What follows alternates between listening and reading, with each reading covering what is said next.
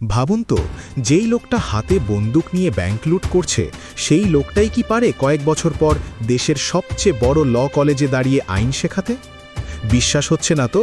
মনে হচ্ছে সিনেমার গল্প, কিন্তু এটি সিনেমা নয়, এটি শন হপউডের সত্য ঘটনা, যিনি প্রমাণ করেছিলেন মানুষের অতীত তার ভবিষ্যৎ ঠিক করে দেয় না। আমেরিকার নেব্রাস্কা। অল্প বয়সের ভুল এবং টাকার লোভে শন জড়িয়ে পড়েন ব্যাংক ডাকাতিতে। একটি নয়, 5টি ব্যাংক ডাকাতির দায়ে তাকে পুলিশ গ্রেপ্তার করে। আদালত রায় শোনাল 11 বছরের জেল।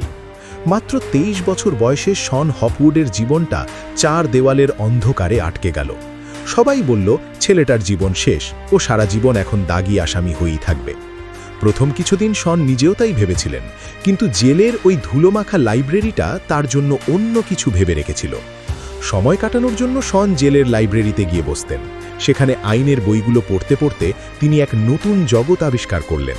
তিনি দেখলেন আইন তাকে বন্দী করেছে ঠিকই, কিন্তু এই আইনই তাকে মুক্তি দিতে পারে।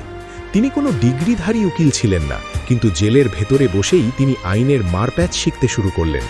একদিন তার এক সহকয়েদি জন ফেলার্স তার কাছে সাহায্য চাইলেন। শন ঠিক করলেন তিনি জনের হয়ে সুপ্রিম কোর্টে চিঠি লিখবেন। একটি ভাঙা টাইপরাইটারে টাইপ করে তিনি আমেরিকার সুপ্রিম কোর্টে একটি পিটিশন পাঠালেন।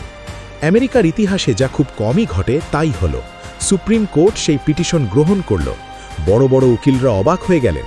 কেউ বিশ্বাসই করতে পারছিলেন না যে জেলের ভেতরে বসে একজন ব্যাংক ডাকাত এমন নিখুঁত আইনি দলিল মেখতে পারে। সেই কেসে শন হপউড জিতলেন। জেলের ভেতরে বসেই তিনি হাজার হাজার ডলার ফি নেওয়া উকিলদের হারিয়ে দিলেন। জেল থেকে বেরোনোর আগেই তিনি হয়ে উঠলেন এক অঘোষিত আইনি জাদুকর। 11 বছর পর যখন তিনি জেল থেকে বেরোলেন, তখন তিনি আর সেই পুরনো ডাকাত নন। আজ শন হপউড আমেরিকার অন্যতম প্রেস্টিজিয়াস জর্জ টাউন ল সেন্টারের ল প্রফেসর। যেই হাত একদিন বন্দুক ধরেছিল, সেই হাত আজ ছাত্রদের ভবিষ্যৎ গড়ছে।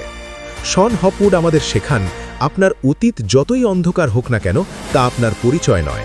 ভুল সবাই করে, কিন্তু সেই ভুলের প্রায়শ্চিত্ত করে যে ফিরে আসে, সেই আসল হিরো। লোকে আপনাকে কি বলছে সেটা বড় কথা নয়, আপনি নিজেকে কি ভাবছেন সেটাই আসল। তো আজকের এই গল্পটি যদি আপনার ভালো লেগে থাকে, তাহলে অবশ্যই লাইক এবং শেয়ার করবেন। আজকের গল্পের কোন অংশটি আপনার হৃদয়ে ছুঁয়ে গেছে তা কমেন্টে জানাতে ভুলবেন না। জীবনের ছোট ছোট গল্প থেকে বড় শিক্ষা পেতে দ্য রাইজিং সান চ্যানেলটি সাবস্ক্রাইব করে আমাদের এই পজিটিভ ফ্যামিলির অংশ হয়ে যান। দেখা হচ্ছে পরের ভিডিওতে নতুন কোনো শিক্ষার সাথে। ততক্ষণ ভালো থাকুন, হাসতে থাকুন। মনে রাখবেন, প্রতিটা সূর্যোদয় আপনার জন্য নতুন সুযোগ নিয়ে আসে।